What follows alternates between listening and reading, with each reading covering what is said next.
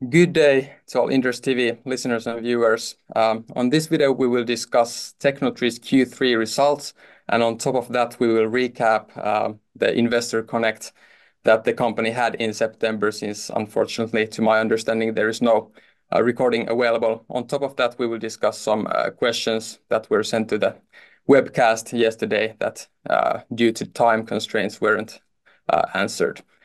So, welcome for the interview, Indiresh and Padma. Thank you, Roni. Thank you, Roni.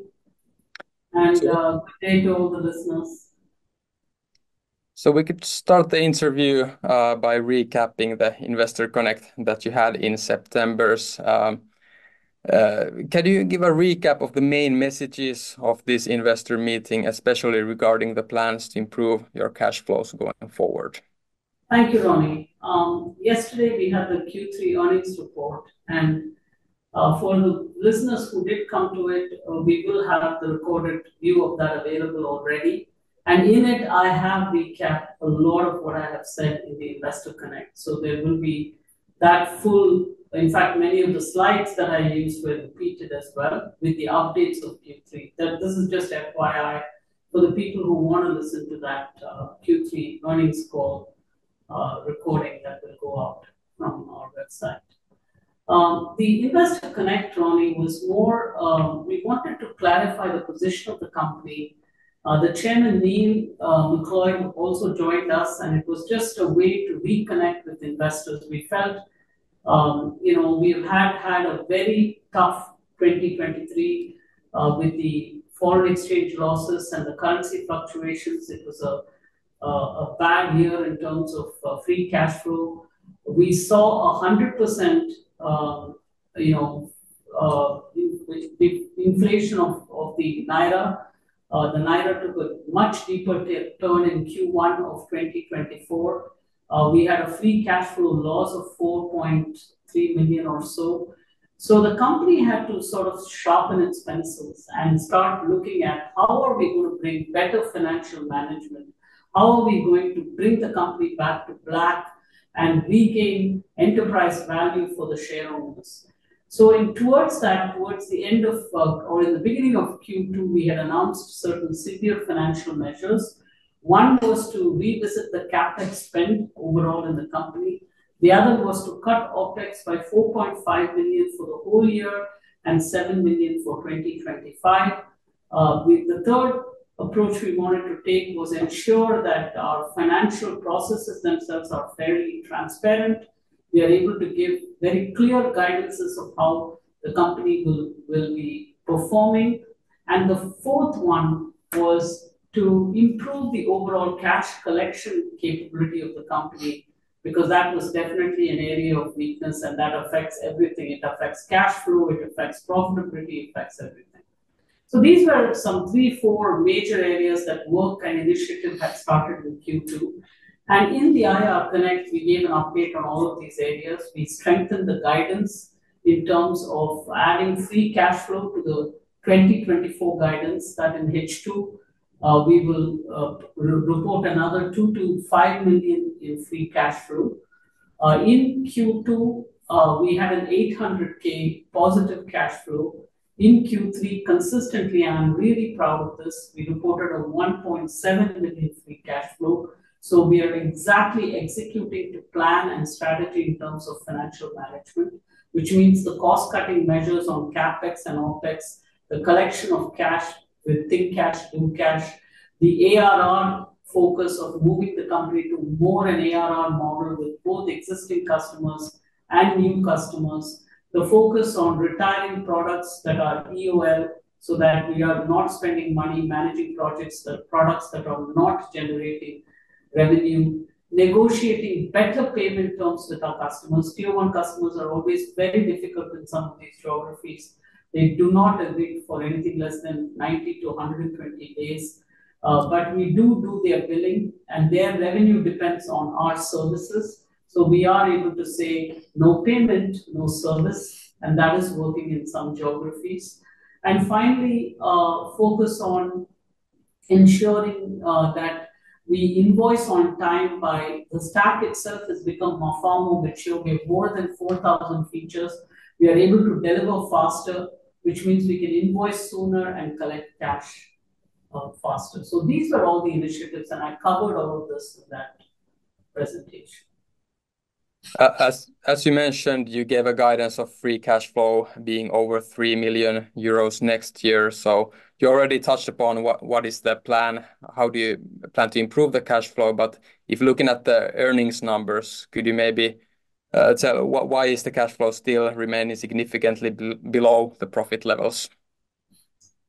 I don't know, Indiresh, maybe you can correct me. I think till Q1 of 2024, for 3 quarters or 4 quarters in a row, the company has seen negative cash flow, even though the revenue and the order book has been steadily growing. So to turn the page on that, to sharpen the pencils, administer cost reductions, and physical control in the company is a serious sort of a set of measures that we had to implement.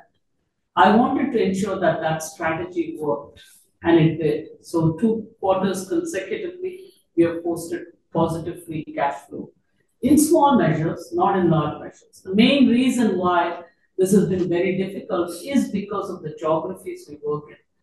We work in frontier markets. We work with countries like Nigeria, with Naira, Argentina, with pesos. In these countries, the devaluation of the currency has been rampant and very difficult to manage. We have taken a lot of measures to move away from these frontier markets to more mature markets.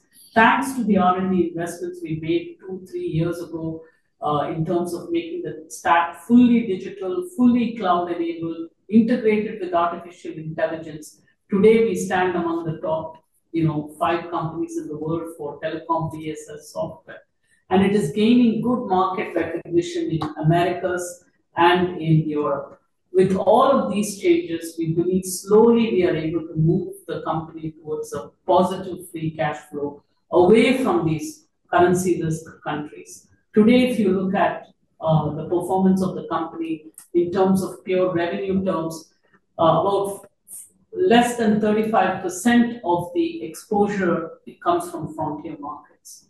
Q3 was a good quarter in terms of Naira because the Naira did not change much against the dollar. It was steady. It is still low, but it was steady. It wasn't fluctuating any further. We are hoping that if that continues, the headwinds that we faced in 2023 will become tailwinds in 25, but we have to wait and watch. Therefore, we are being very cautious in terms of saying that we will give a greater than 3 million free cash flow. Obviously, if things work out well, we could do much better than that. But I'd rather take small baby steps. I'd rather perform, deliver results, and then take credit for it, rather than set a very high goal and not achieve it and disappoint the investors. I wouldn't want to be in that position. And as you know, one of the big news in the September 6th was we announced a dividend policy. This company has never announced a dividend policy. It has given dividends only once, if I recall, in its life history. So now, not only did we pay out dividends in October, we have set 10% of the free cash flow to be given as dividends. So there's a lot of incentive within the management, who also are share owners, to make sure the free cash flow is strong, and everybody in the company is also measured on how we deliver on free cash flow. With all of these steps, maybe we'll do better than 3 million, but 3 million is a good start for a company which has gone through 6 quarters of negative cash flow. And also, just to add to what Padma has said, Roni, this guidance, what we are giving, is on real currency, but not on a constant currency. Very good. Which means that I need to take in the foreign exchange risks which the company is still exposed to.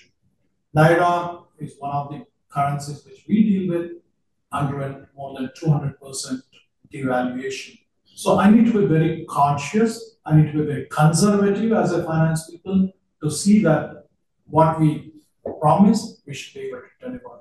So I have baked in the foreign currency risks in our estimation, and with that, I'm sure that we'll be able to meet what we are promising. At the Investor Connect, a relevant theme was also corporate governance issues that came into surface after the Pericius deal. So let's do a short recap of this theme. We don't need to go into all the details, but a question mark for the investors in the Pericius deal was whether the family members of the management gained economical benefit from the transaction. So if you could kind of recap who are the sole beneficiaries of Pericius and were there economic gains to be made for the inner circle?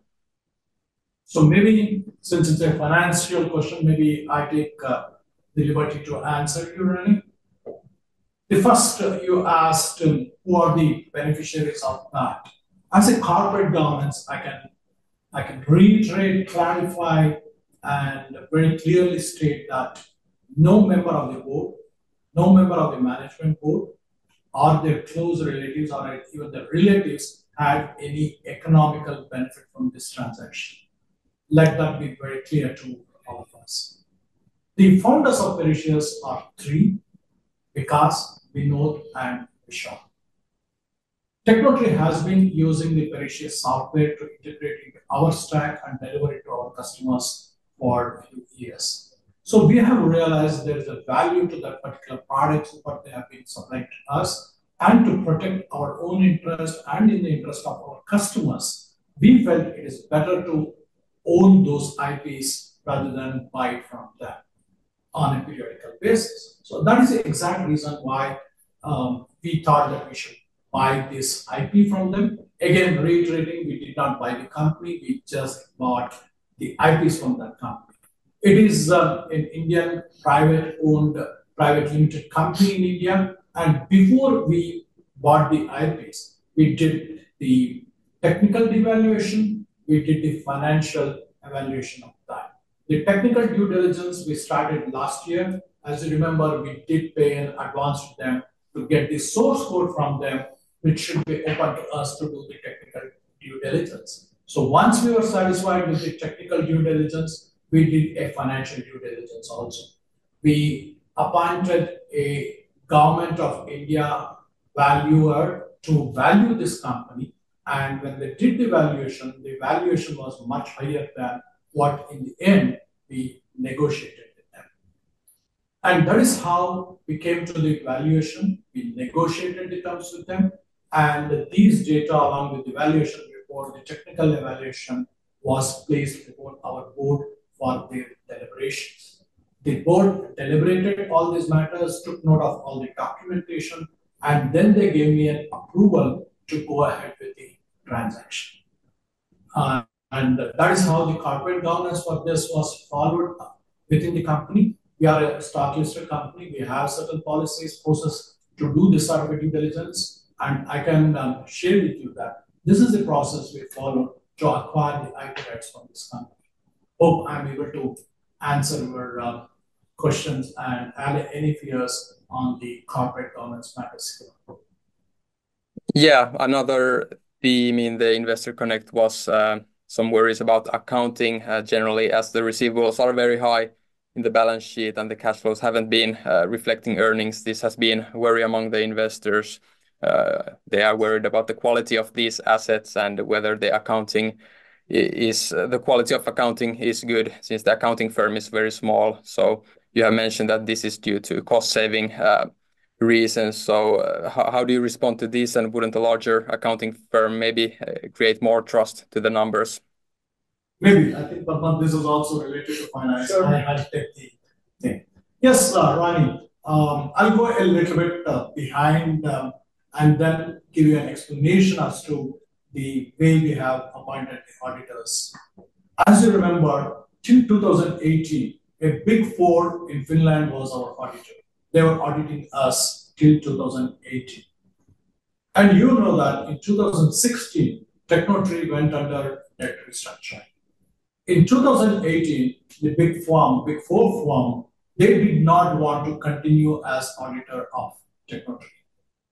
We were left with no choice but to move into another firm, and that is how we identify our current auditors. And they are licensed by the statutory authorities in Finland to audit stock-listed companies. And that is how we chose them.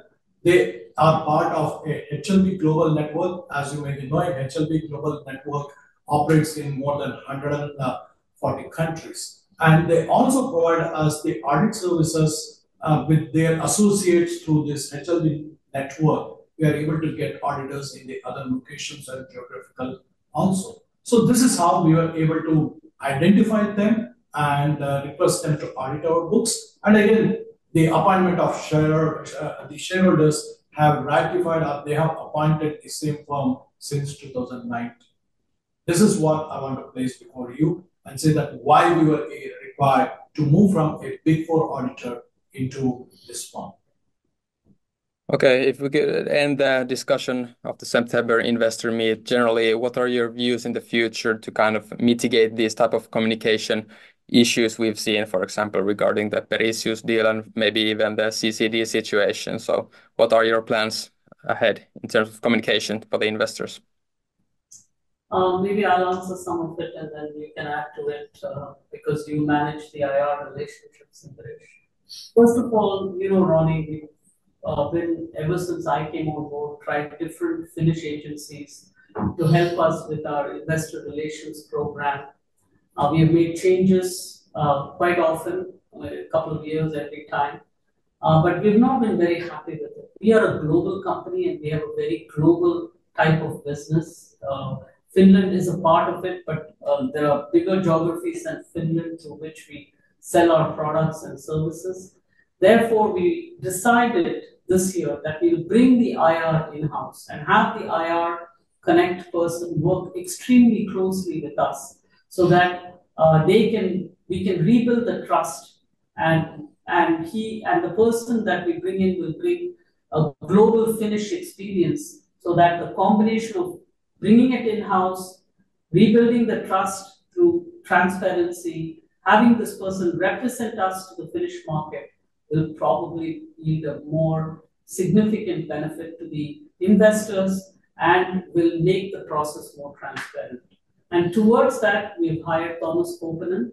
I'm very glad to have him on board. He has been working very closely with the entire management team.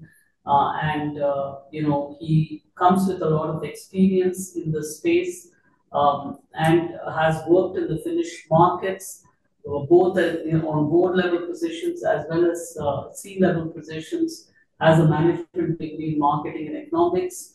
So I think he brings a lot of credibility and value, and I'm hoping that this would provide greater support and openness and communication to the investors. And also, just to add to that, Roni, I think internally we are also planning or we are in the process of making a proper IR disclosure guidelines within us. So now we know that how do we communicate, what to communicate, and also when to communicate. That is the reason why we have Thomas with us, and we also have a consistency in our communication, which I think you have also highlighted sometimes that the way we communicate may not be the exact way what we need to communicate or we intend to communicate. To bridge that gap today, we have Thomas who understand the Finnish market, Finnish investor sentiment, and also help us to ensure that we communicate clearly, we communicate the right things, and we communicate at the right time. Hopefully, we will be building on it and we will do better. So this is how I'm viewing this. Roni, I'd like to ask you a question. How did you think yesterday went? You mean that webcast? Yes. The webcast itself was good. I think the materials were okay. As I said, the Q&A session was maybe there could have been more questions from the investors directly, and now only my interview questions were there. But I think there was some technical errors and time constraints. So maybe in the future, if the investors get more voice there, so that would be a good idea. We'll continue to improve. We're working on it. Yeah, that sounds like a good plan. So we can move on to the Q3 numbers and Q3 development. If you could summarize Tecnotree's Q3, and we saw a clear decline in revenues, both in actual and constant currencies. So what were the main causes for this decline? And overall, just a recap of Q3. Yeah. I would say Q3 was a challenging quarter. It's a small quarter, but it's a challenging quarter. Order intake was healthy. Quarter on quarter, if you look, the order book did grow for us compared to Q1 and Q2. But the revenue was low in real currency terms. In constant currency terms, if you add for the foreign exchange losses, we did grow by 11%. But what I realized in the course of Q2 and Q3 is that not all revenue is equal for the company. Revenues from frontier markets are something that we should be more careful about and more cautious in taking. Revenue from mature markets is probably far better for us to aspire and gain foothold on. And towards that, our announcement of our relationship with HCL, there are more SIs we are working with, are all paths in the right direction to move into Americas and European markets in terms of our product stack, which is full-fledged now, which is TM Forum compliant, has 4,000 features, is catering to developed market requirements for telecommunication operators like 5G, cloud, AI, etc. So I'm confident that this little bit of a lull that we have faced in the revenue will improve. The cost-cutting measures we have put in place has worked. Therefore, our EBIT is strong, our net income is strong, and as you can see, consistent performance on free cash flow for the last 2 quarters ever since we exercised physical control. And I'm also thinking that the move to the ARR approach of working closely with the customers, localizing the services near shore with the DevOps approach are all working in the favor of the company. We are earning more trust with our existing clients, and the future prospects find the fact that we can deliver faster a very good value proposition to work with Tecnotree. If thinking about the revenue side, we saw the decline, but on the positive side, we saw good growth in Europe and North America, and you mentioned that your market share prospects in these countries have improved. So maybe if you could open up this statement a little bit more in detail, and how do you see your competitiveness of your products in Europe and America? So I would say that we made a strategy in 2023 to enter. Actually, 2022, we acquired Cognitive Scales assets for AI/ML. And in 2023, we entered the American market.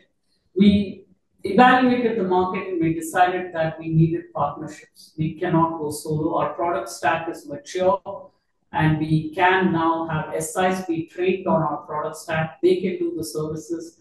They can use low-code, no-code to modify our products to suit the requirements of the customers, and therefore we can scale our products faster in these geographies. We are finding that this direction is working. As you can see, more slice of the revenue now is geared towards mature markets bringing in the revenue. And I also believe in the growth markets, the need for digital transformation exists because to monetize 5G, they have to have a digital platform. And they must be able to deliver services faster. They must be able to slice and dice the network and provide much, much higher latency in terms of quality of service. So towards that, our timing is good, and you will see more information coming out about the European and American opportunities in the near quarters. Okay, then we could move on to the third part of the interview, the questions from the webcast that were not yet addressed. And these questions are received directly as such, so I haven't really modified them. So a dividend payout of 1 cent per share this fall. Why did you do this? And of course, the context here is that this is very small and doesn't have big economic impact to either shareholders or the company. Of course, probably I can answer that. Yes, Roni, it's a very, very small amount. We humbly accept it. It's a small gesture. Yeah, it's the right direction. Yeah, so I think Padma earlier mentioned the last time Tecnotree had paid dividend was way back in 2008. This company was not in the dividend paying category. Our intention was to see how do we make this company a dividend paying company to our shareholders. It couldn't have done immediately. So the first step to that, we did it in the current year. We did the reverse split, as you know that, to bring down the number of shares to a manageable level where we can pay some meaningful dividend back to shareholders. This year we have started with a very small number. The intention is to convert this into a dividend paying company and ensure that our shareholders are rewarded on a consistent basis. That's the intention. In line with that, on 6th of September, we also announced a dividend policy for the company, which was never there in our company. We said that 10% of free cash flow, whatever we earn, we want to return it back to the shareholders. I agree, this is a very small number, but I want to take this as more like an intention or a token from the company to make this company a dividend-paying company. I agree. All right. Another question. During Q2 of 2024, Tecnotree recorded one-time expenses of 2.9 million euros related to the termination of business and impairment. So what assets exactly did this relate to? Thank you. I can answer this as well, Padma. Roni, as you know, that we did this make a provision in Q2 of the current year.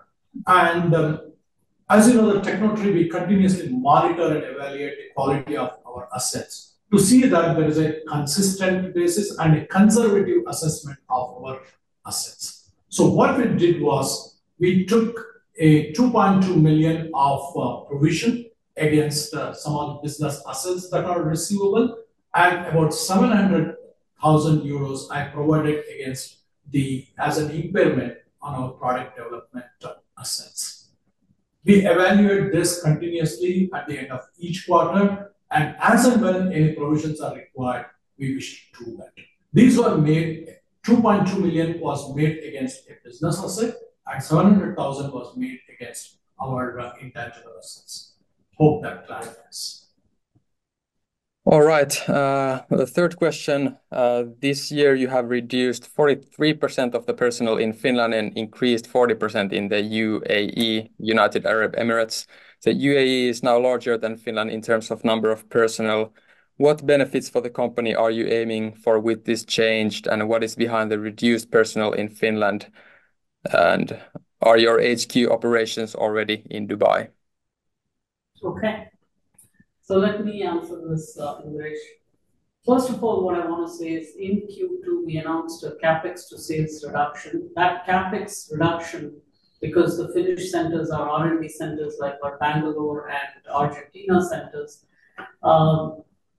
we did take a reduction in all R&D expenses globally. So Finnish center did get affected by it. While as a percentage, it may look like a big number, Roni, in real terms, it's a small group, and we cut a small number of people. I don't know, 15 people or so. 17 people. But there were some who had in that temporary staff. So I would say 15 to 17 people is not a big number overall when you look at the R&D cuts that we did. Secondly, I would say that you have seen in the last 2 to 3 years, post-COVID, the biggest growth for Tecnotree has come from the Middle East.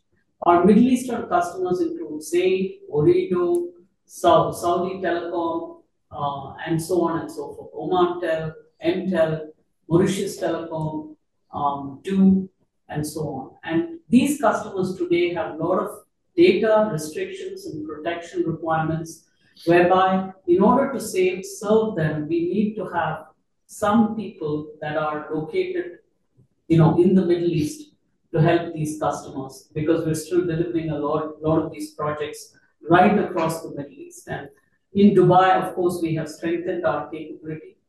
Some people have come from Finland, some people have come from other parts of the world to help the customers. And I would say it's a seasonal thing. And for us, a season is not one quarter, a season is multiple years. As long as these projects are going on in these geographies, you will see a growth in these geographies. Tomorrow, when we do projects in the United States, there will be growth in numbers in the United States beyond maybe what we've contemplated today. So we do hire close to our customers, certain types of service help that we need for data migration, integration to third parties, etc. So there is a seasonality about it, but today, yes, in the Middle East, we have a lot of people. Just to be exact numbers, Roni, we reduced 73 people in the current year. and the reduction out of that in Finland is about 17. Just to have 17. 17, just to have the numbers. And we do have our development center in Tampere and our corporate office in Espoo area. Okay, so there is no plan to move the HQ to Dubai at this stage? No way. We continue to be a Finnish company. Okay. All right. Thanks for the answers in the interview, and hope this helps the investors to get some clarity. Thank you, Roni. And Thank you. yeah, hope you all the best for the rest of the year, and we will be in touch later again. Yes, of course. Thank you very much.